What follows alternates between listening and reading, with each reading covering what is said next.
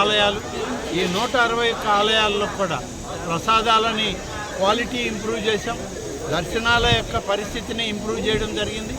ఆలయ ప్రాంగణాలన్నీ కూడా ఓంకారనాదం మంత్రోచ్చారణతో ఉండాలే తప్ప వేరే ఎటువంటి కార్యక్రమాలు ఆలయాల్లో ఉండకూడదని చెప్పి గౌరవ ముఖ్యమంత్రి చంద్రబాబు నాయుడు గారు ఇచ్చిన సూచనలు ఆదేశాలని తప్పకుండా ఇవాళ పాటిస్తూ ఉన్నాం. అన్ని ఆలయాల్లో ఇవాళ మొదలు పెట్టడం జరిగింది. రాష్ట్రంలో దేవాదాయ శాఖ ద్వారా ఇప్పటికే కామన్ గుడ్ ఫండ్ నుంచి విషయాలకు కూడా ఇటీవల 300 ఆలయాల్లో ధూపదీప నైవేద్యాలు ఇవ్వడానికి కూడా ఏర్పాట్లు చేయడం జరిగింది. దానికి కూడా ఆదేశాలు ఇచ్చాము. టీటీడీ దేవాదాయ శాఖ సమన్వయంతో ఈ యొక్క దేవాదాయ శాఖ కానీ ఇతర ఆలయాలు కానీ పవిత్రమైనటువంటి వాతావరణం ఇక్కడ ఉండి పవిత్రమైనటువంటి ఈ ఆలయాల్లో ప్రతి ఒక్కరికి ఆధ్యాత్మిక శోభని అందించే విధంగా చర్యలు తీసుకోవడం జరుగుతుంది. గోవింద్.